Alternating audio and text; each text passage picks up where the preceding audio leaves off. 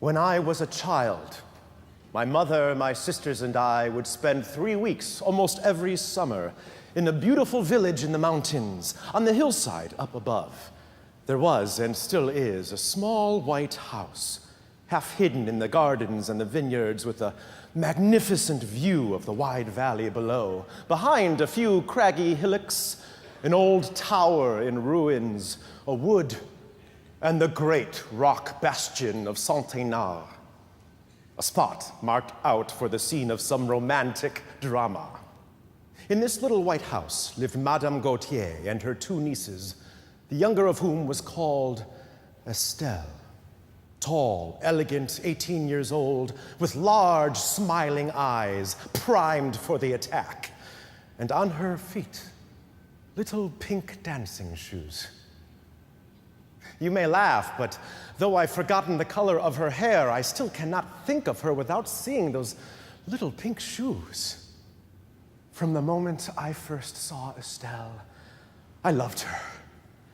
Her very name aroused my passion. Why? Because it was already familiar from a book.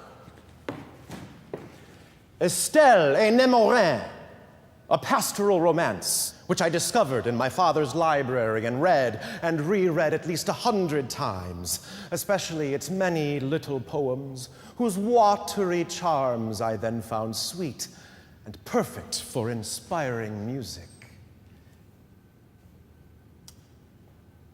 Now must I leave forever my gentle homeland and my friend. Far from them must I drag out my weary life in tears and regrets.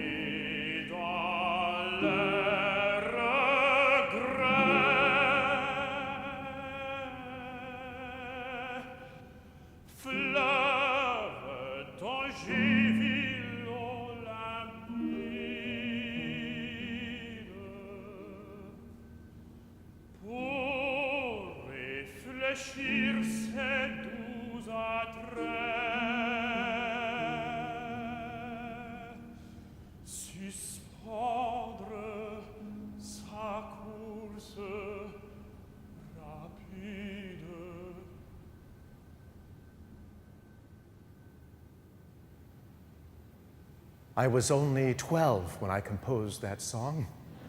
I knew nothing about music, and later, I threw it away. But when I began my fantastic symphony years afterward, that same melody returned to me and presented itself humbly to my mind.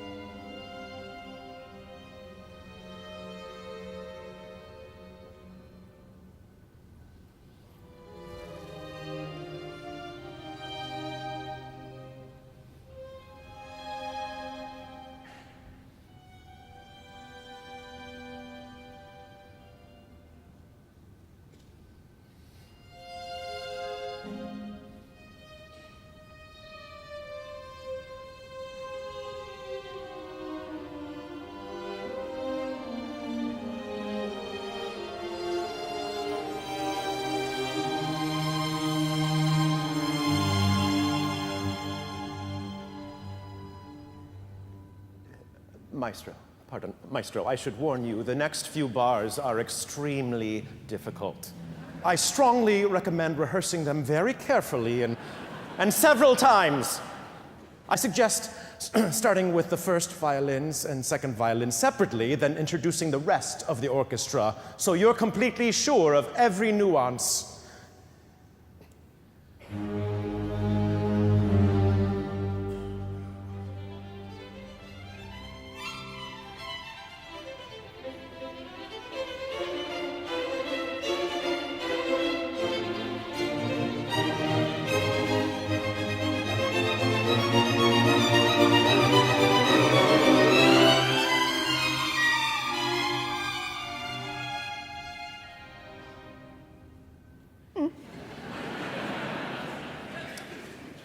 When I was 18, my father sent me to Paris to become a doctor.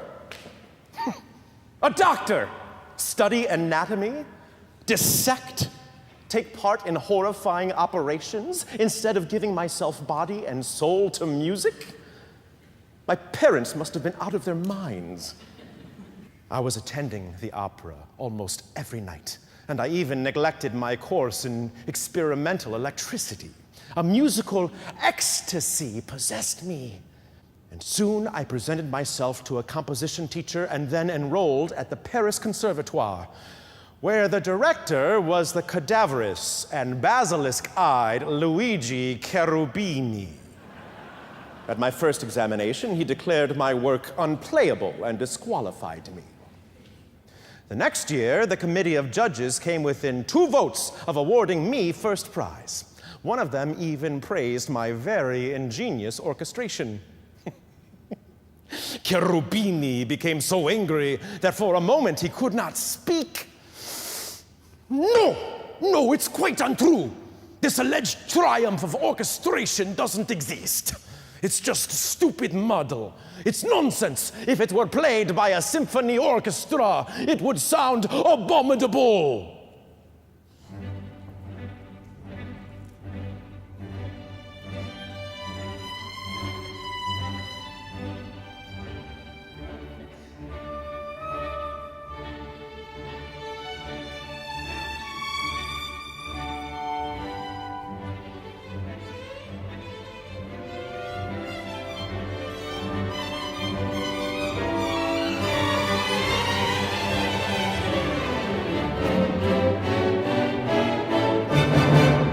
If it were played by a symphony orchestra.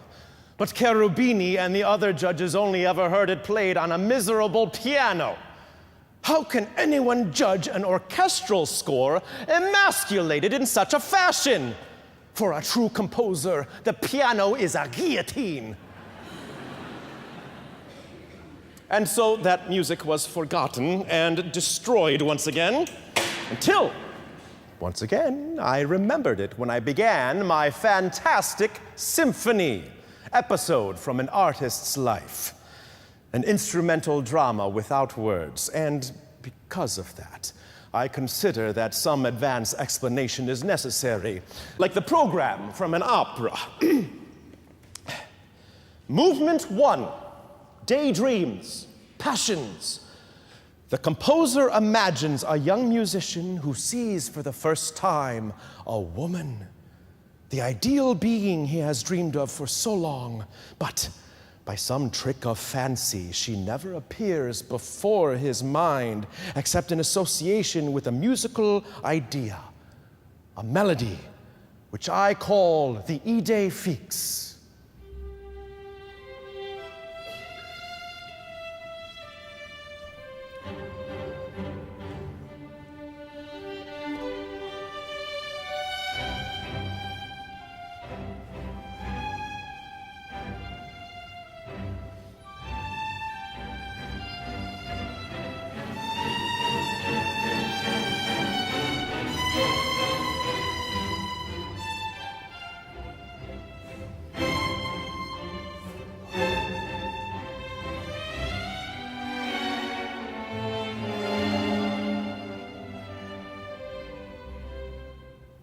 My young musician, the hero of my symphony, is troubled by a sickness of the spirit, that disease of our time which our most famous writer, Chateaubriand, has called le vague des passions, the uncertainty of the passions. Let me now speak of a condition of the soul which it seems to me has not yet been well described. I speak of that state when our minds are still young, active, unsullied, but locked up within themselves, and there seems to be no object to our lives, no end. And the more that civilization advances all around us, the more this uncertainty of the passions grows, and we arrive at a situation of the utmost sadness. We have so much before us, so many books that give us knowledge of man and of his feelings, but no experience. We feel deceived without ever having known a single joy. We have desires, but we have no illusions. Our imaginations are rich, abundant, marvelous, but our lives are poor, dry, and disenchanted. We live in a world of emptiness. And yet our hearts are filled to overflowing.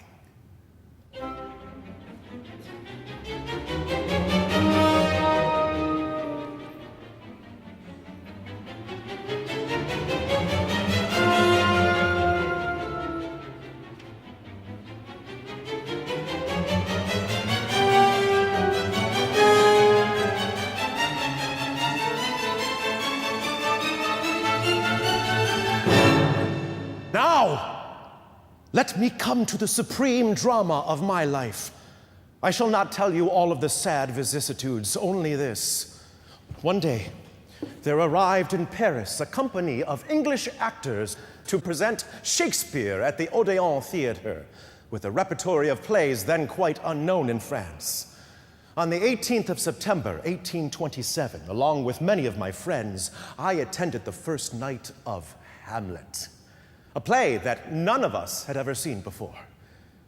There, in the role of Ophelia, I saw for the first time the actress Harriet Smithson, who 5 long years later would eventually become my wife. The impression made on my heart and mind by her extraordinary talent, nay, her dramatic genius, was equaled only by the havoc wrought within me by the poet she so nobly interpreted. Shakespeare, coming upon me unawares, struck me like a thunderbolt, opening before me in a single stroke the whole sublime heaven of art, illuminating it to its remotest depths. In Shakespeare, I recognized the meaning of dramatic grandeur, beauty, truth.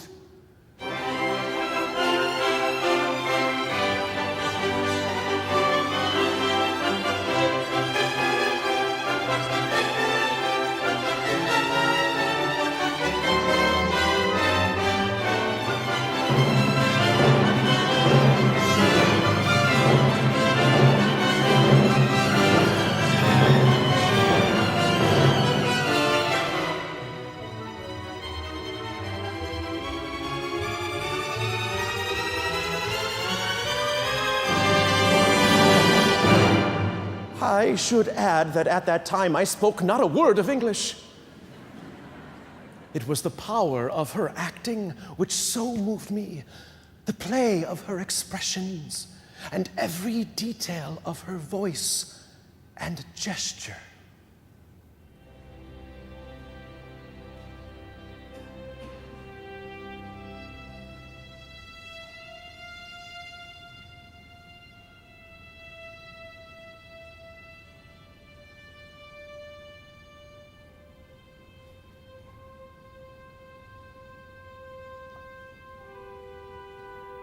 And now I understood the pitiful narrowness of the worn-out academic cloistered traditions of my country. And I saw. I understood. I felt that I was alive and that I must arise and walk.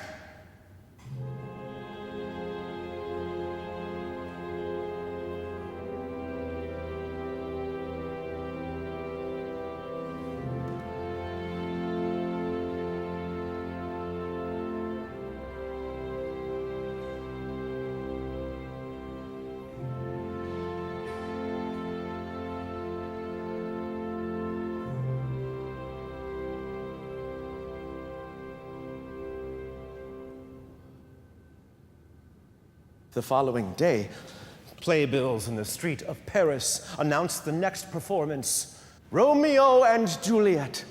I had my free pass, but to make doubly sure, I rushed to the box office the moment I saw the posters, and I bought myself a ticket. My fate was sealed. After the cruel melancholy of Hamlet, the agonizing sorrows, the bitter ironies, Denmark's somber clouds and icy winds, to be exposed to the fiery sun and balmy nights of Italy. To witness the drama of that passion, swift as thought, burning as lava, radiant, pure as an angel's glance. I knew that I was lost.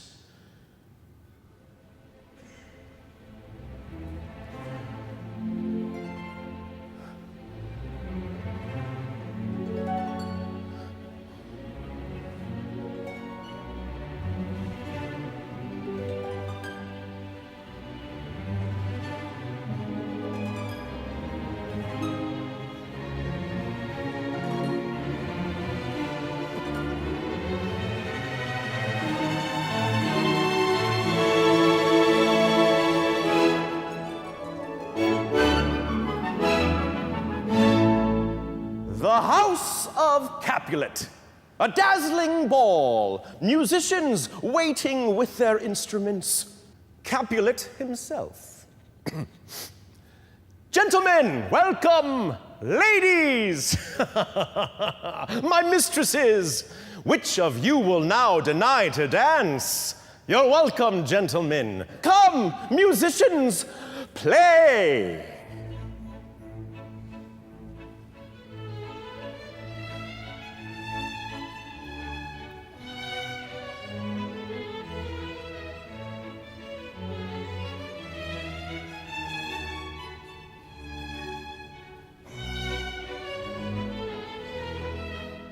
And in this movement, for the first time in a modern symphony, harps. Not one, not two, not three, but 4 harps! The more the merrier!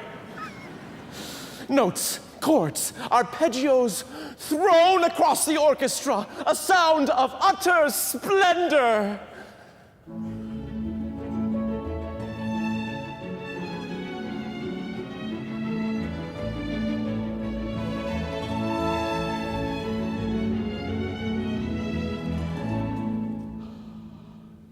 Recently, I read for the first time in my life Confessions of an English Opium Eater. Listen. One cold, damp winter on the streets of London, I met a young army officer, a friend.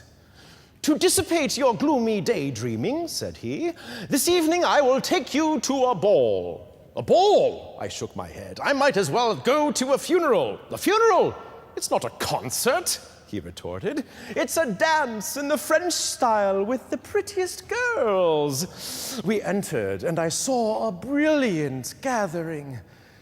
In my gloomy mood, dressed all in black, my arms folded, I leaned a while against a pillar at the far end of the room. I thought, had I only taken opium tonight, I would be enjoying myself far more by now. But at that moment, a new crowd of guests arrived. I heard the footmen shouting out their names, and some of their faces were quite beautiful, so I looked up. A marquis entered, with a woman on his arm and surrounded by a jostling crowd of younger people. I was seized by a sudden curiosity. But when I stood, because of the coiffers and the feathers in my way, I felt a sharp pain in the heart and a tremor from head to foot, and I fell back into my chair.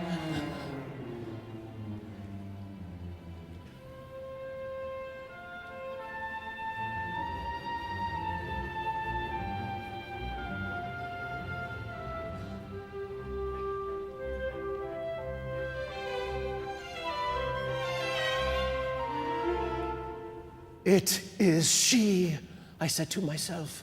Once more have I seen her. What exactly I had seen, I could not say. All I could find within my memory was a dress of satin, an ivory complexion, hair as black as ebony, tresses plaited and lifted fashionably behind the head. I forced myself to stand again, but this time I searched vainly for her in the swirling crowd. Strange vision! Was I mistaken? Had anyone told me I would find you here, I would have called him mad. My very soul had passed before my eyes, but in this moment she was nowhere to be seen. Lost amid the circling throngs of dancers, and all the while the orchestra grew louder and louder, faster and faster.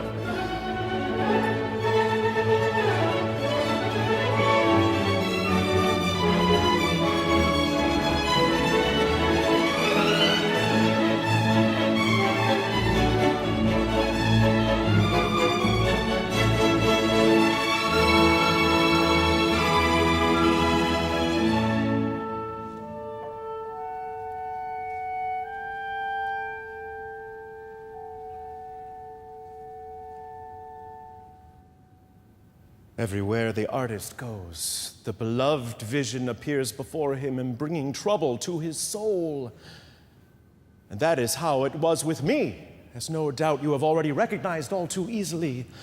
At first I was in shock, but now for 3 whole months, a feeling of intense and overwhelming sadness struck me down, a nervous illness, and I fell prey to a sorrow from which nothing could distract me. I lost my ability to sleep and all my former animation, all taste for favorite studies, all ability to work.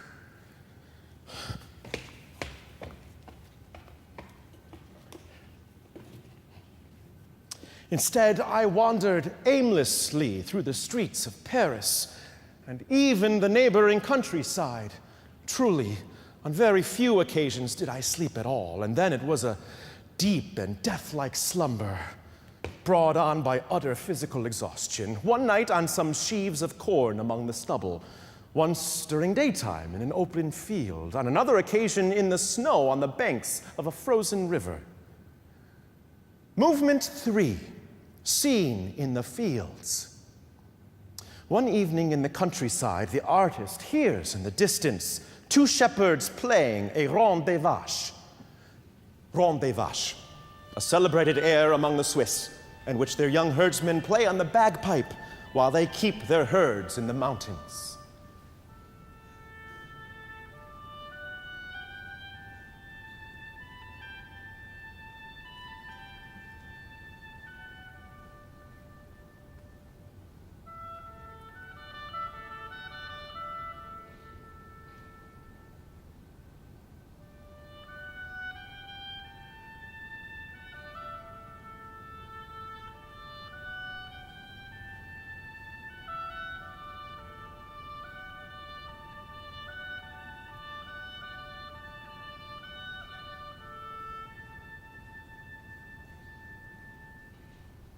I knew of these ancient melodies from my childhood, reading all the books in my father's library.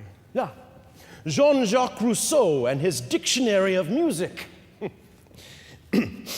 The above celebrated air was so generally beloved among the Swiss that it was forbidden to be played in their troops under penalty of death, because it made them burst into tears, desert, or die, whoever heard it. But where Rousseau had 1 bagpipe, I have 2. A pastoral dialogue, the voice of a young adolescent responding to a girl.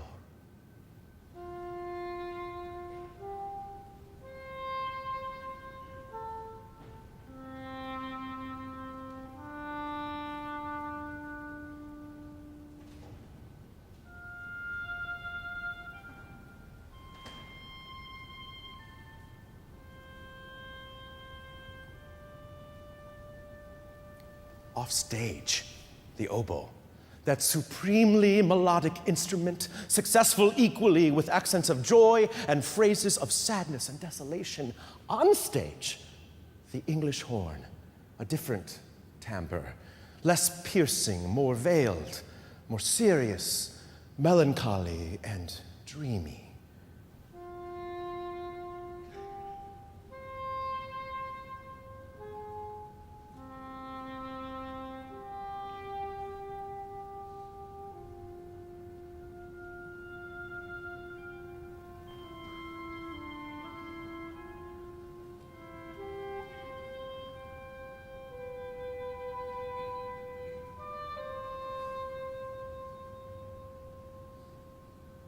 The effect of pastoral surroundings, the duet of the shepherds, the slight rustling of trees stirred gently by the wind,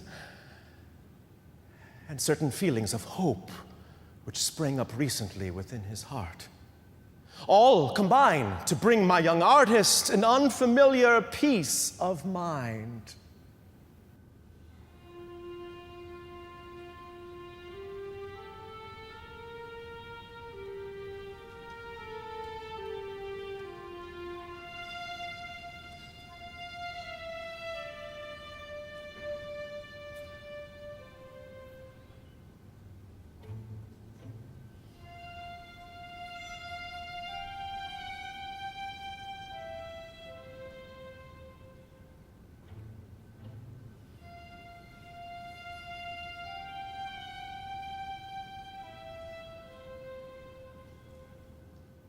I was born in the countryside, in a very small town on the side of a hill, overlooking a wide, rich plain, green and golden, and in its stillness filled with a sense of dreamlike grandeur, enhanced by a chain of mountains beyond which, gleaming and far off, rise the glaciers and towering peaks of the Alps. Needless to say, I was raised as a child in the Catholic and Apostolic Church of Rome. This charming religion, so attractive since it gave up burning people, was for 7 years the whole joy of my life.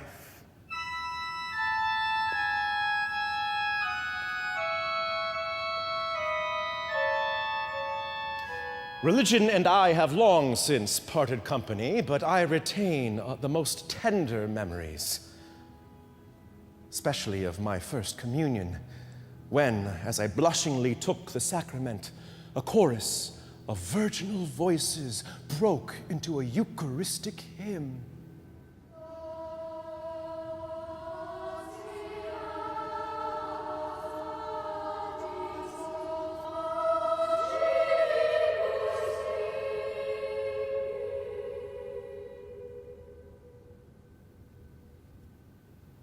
This was my first musical experience. And as I listened, I thought I saw heaven open, a heaven of love and chaste delight. Such is the magical power of true expression, the incomparable beauty of melody that comes straight from the heart. A long time afterwards, I was now in my second year in Paris as a student. A church organist in the city suggested that I write a solemn mass to be performed on the feast day of the children of his choir. I enthusiastically agreed. I would have an orchestra of 100 hand-picked musicians.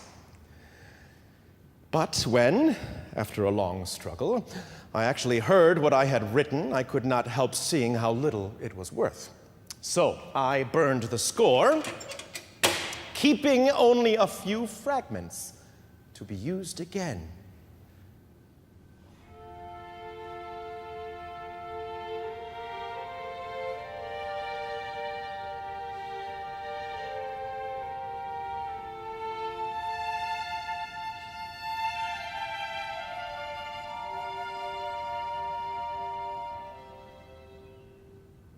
By now, I was thoroughly disheartened. I was seriously in debt, and my parents were bombarding me with letters threatening to withdraw the modest allowance which was all I had to live on.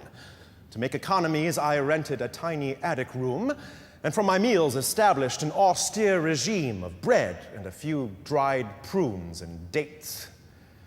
And all the while, ceaseless dreams of Shakespeare and of that fair actress of pure genius, the fair Ophelia, who had now become the rage of Paris, and I could not help contrasting her dazzling reputation with my own miserable obscurity. At last I roused myself, and I resolved that though my name was utterly unknown to her, I would, by a supreme effort, make it shine, so that even she should catch a glimpse of it. I would dare to do what no composer in France had ever before attempted. I would give a concert exclusively of my own works at the conservatoire. Yes, I thought, I will show her. I too am a painter.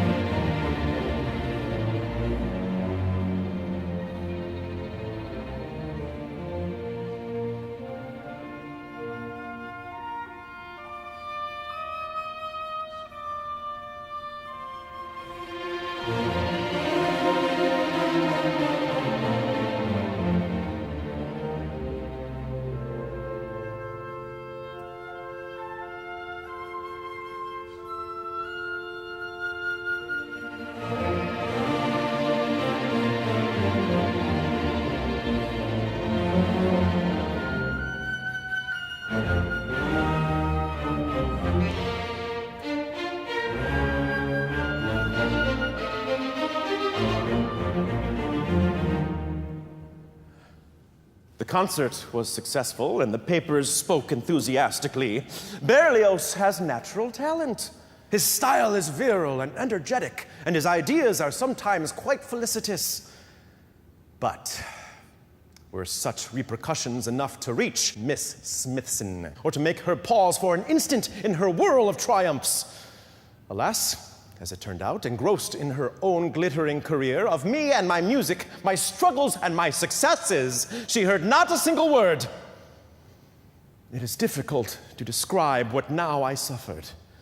The longing tearing my heart out by the very roots, my dreadful loneliness in an empty universe, the agonies thrilling through me as though my blood were running ice cold in my veins. Shakespeare himself never told of such a torture. But Hamlet, he counts it among the most terrible of all the evils of existence, an utter disgust with living, but the impossibility of dying.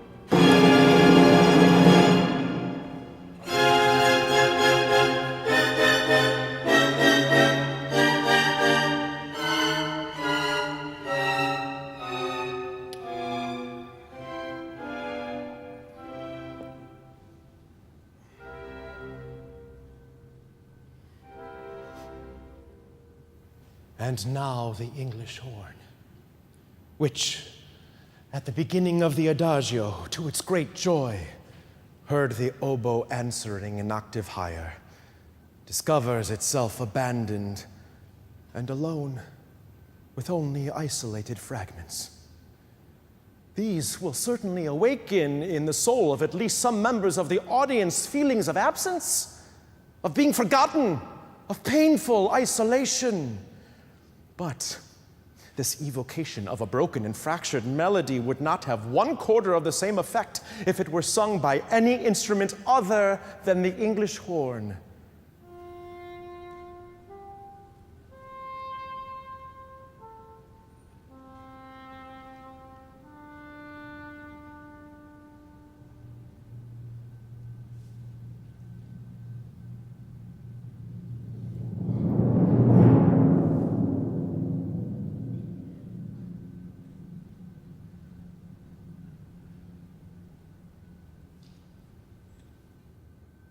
And the rest of the orchestra remains silent, except for the muffled accompaniment played by 4 timpanists.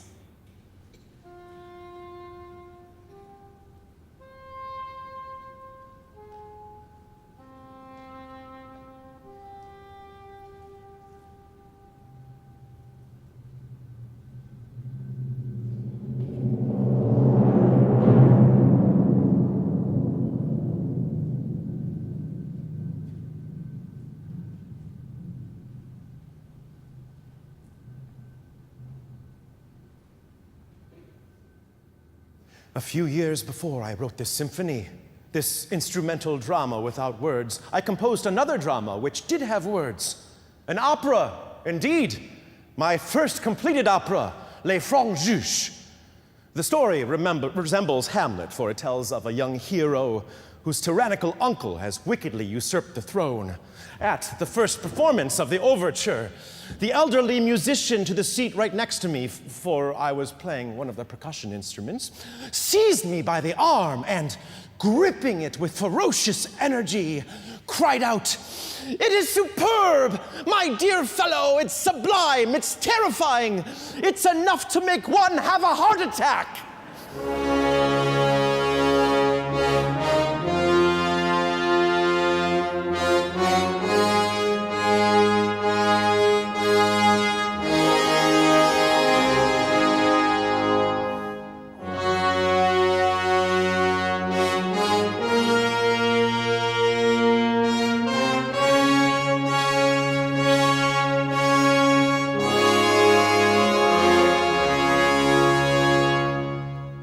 But no theater in Paris wished to stage this opera, and now they certainly never will, because once more I destroyed the score. Although, once again, I did preserve some fragments, including a March of the Guards, where the evil tyrant, recognizing his unhappy nephew in the darkness of the night, calls for soldiers, "Appear! Appear, avengers of your monarch!" And innumerable battalions reveal themselves high on the towering battlements and streaming onto the stage from every side.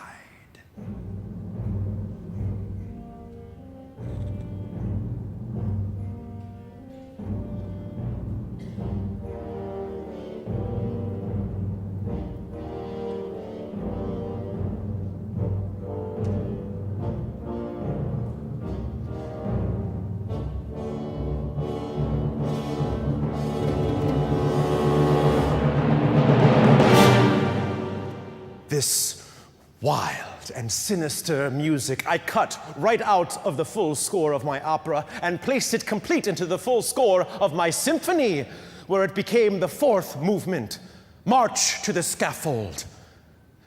The artist, now knowing beyond all doubt his love is not returned, poisons himself with opium. But the narcotic, instead of killing him, plunges him into visions and hallucinations of the utmost horror.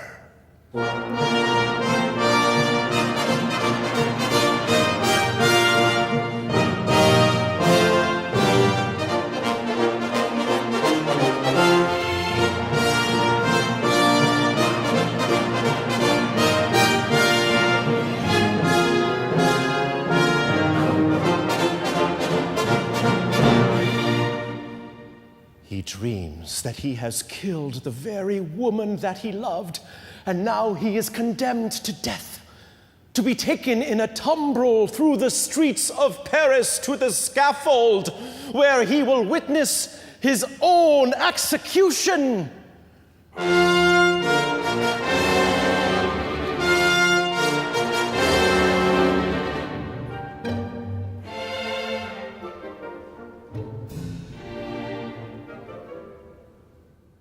The horrors of opium. From the Englishman's Confessions. And now I descended every night, not metaphorically, but literally, into chasms and sunless abysses, depths below depths from which it seemed hopeless I could ever reascend. Buildings and landscapes appeared before me, so vast as the bodily eye is not fitted to receive. Space swelled to unutterable infinity, and time itself expanded far beyond the limits of human experience. In this march, which is sometimes somber and ferocious, sometimes stately and of the utmost brilliance, and which I wrote in a single night, loud crashes are followed without transition by the dull and heavy surging forwards of an immense procession of executioners, soldiers, and the people.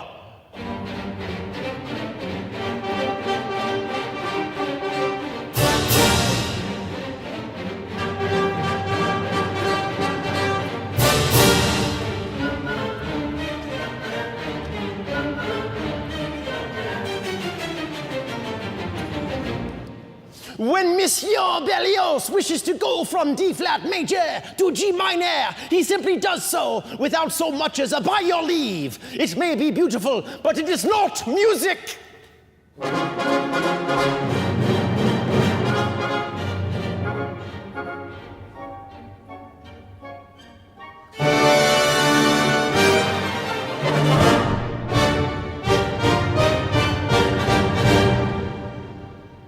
And that was the original ending from my opera. But when I ripped it out of that music and transferred it bodily into my symphony, I changed it so that in the very final moments, the idée fixe reappears like a last thought of love before being interrupted by the fatal stroke of the guillotine and the mocking laughter of the crowd.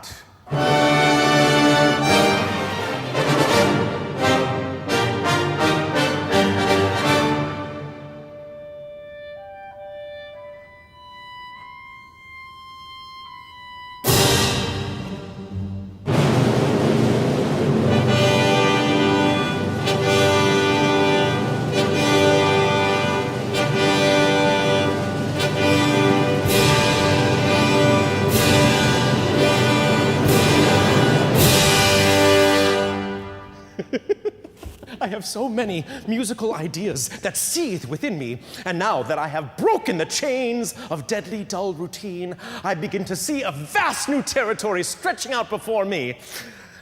A territory which the conservatoire professors like Cherubini, with their dried-up academic rules, once tried to forbid me from ever entering. Oh, there is so much to be done. A whole new world of music to be discovered. Listen, my friend.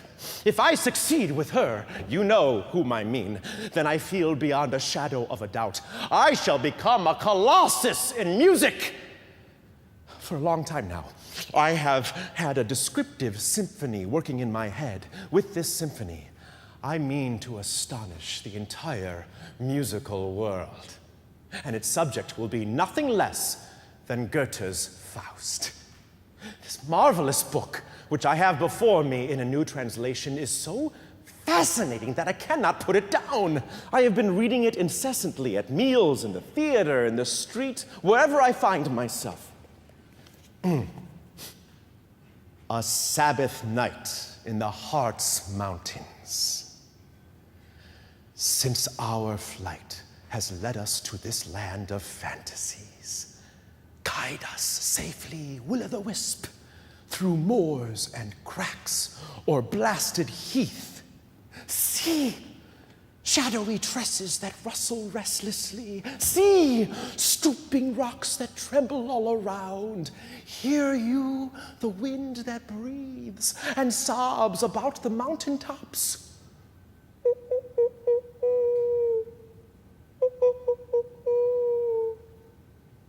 It is the echo of the tawny owls.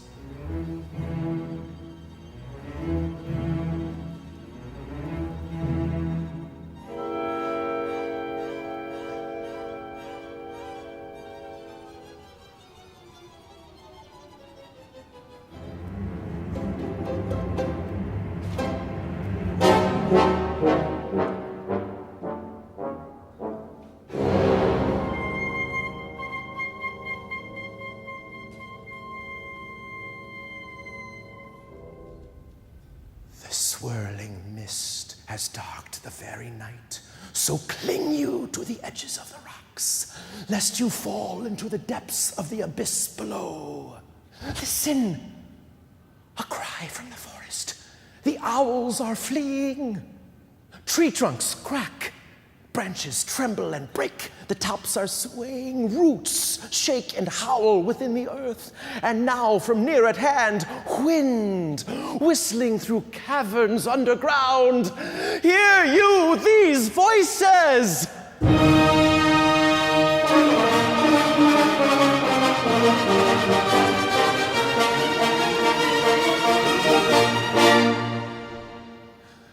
First Shakespeare, and now Goethe, two silent friends of my unhappiness who share my woes and understand my life.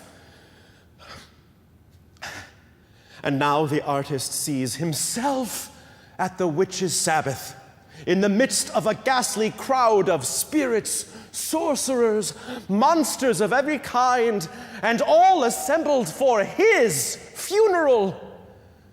Strange noises, groans, bursts of laughter, far-off shouts, to which other shouts reply, and the beloved melody appears once more.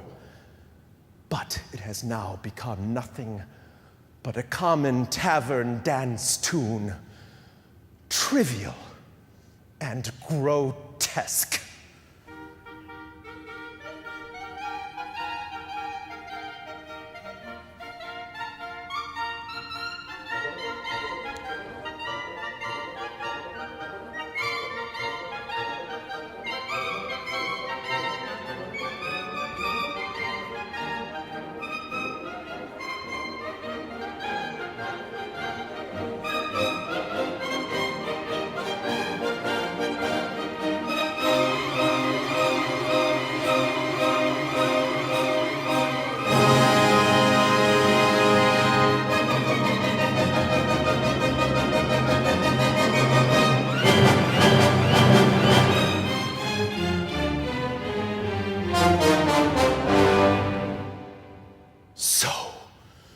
Now she too has joined the Sabbath, where she has been greeted with a roar of joy.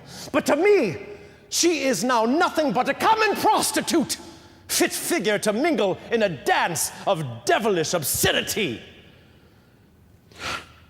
And not only Shakespeare and Goethe, but a friend of mine and our greatest young French poet, Victor Hugo. See, before the walls of this black monastery, the moon has veiled herself as for a mystery, and the midnight spirit passes, spreading fear, and swings 12 times on the clappers of the bell.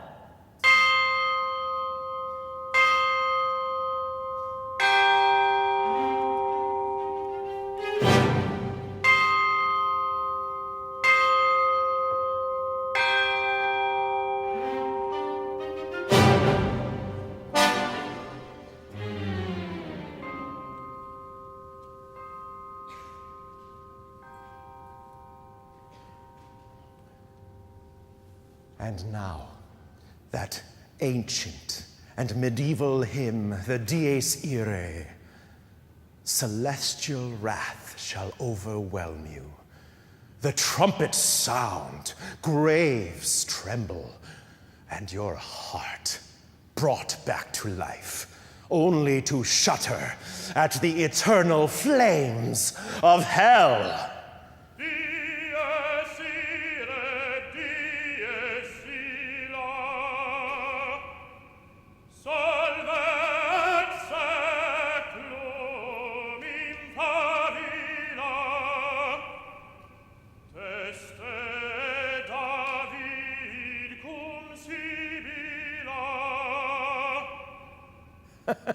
And here in my symphony, I determined on a ludicrous burlesque, a parody of that gloomy old chant so popular in funeral ceremonies of the Catholic Church.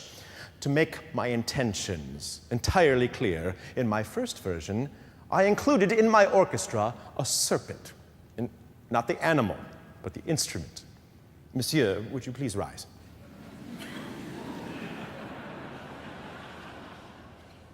The astonishingly barbaric timbre of this ill-begotten monster is more suited to the bloodthirsty cult of ancient druids than the Roman Catholic services. Thank you very much.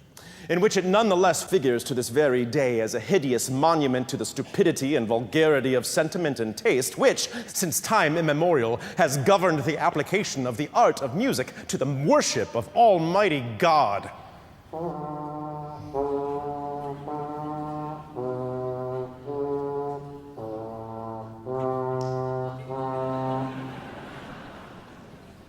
And also the ophicleide, monsieur, if you will.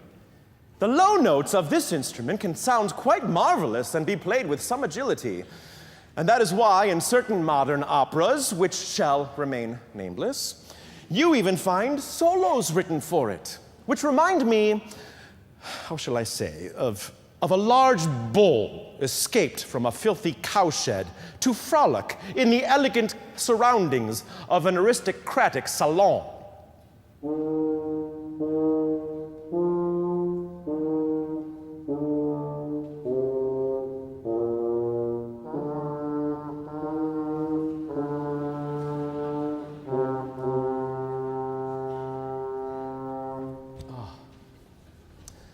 The Serpent and the Ophicleide. Well, the serpent, which is made of wood and leather, certainly has a kind of lugubrious poetry. And the Ophicleide can sound quite marvelous under a mass of brass instruments. But in the long run, the timbres of both of them do not blend well with the other instruments of a symphony orchestra, and so it is probably preferable to replace them, however disappointingly, with a pair of tubas. Doubled by 1, 2, 3, 4 bassoons. On so many occasions, the bassoons are so useful in an orchestra.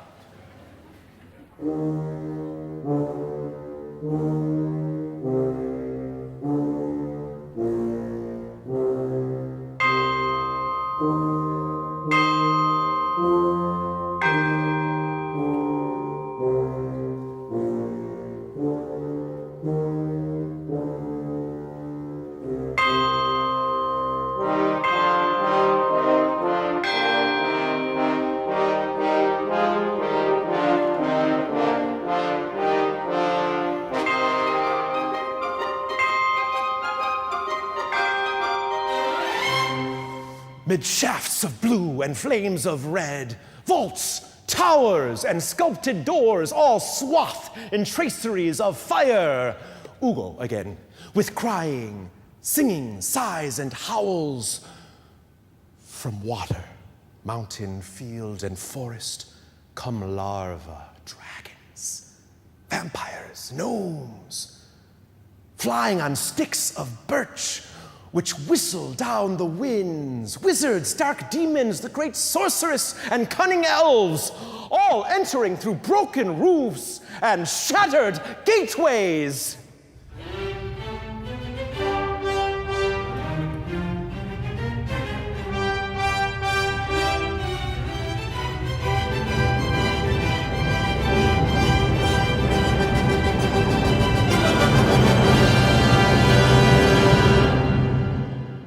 In wave after surging wave, they fly through ruined windows, crisscrossed by 1,000 lightning flashes, and before them all, Prince Lucifer, an iron mitre on his head, a priestly chasuble across his wing, and on the crumbling altar he has placed his foot in blasphemy. La ronde du sabbat. The Sabbath round.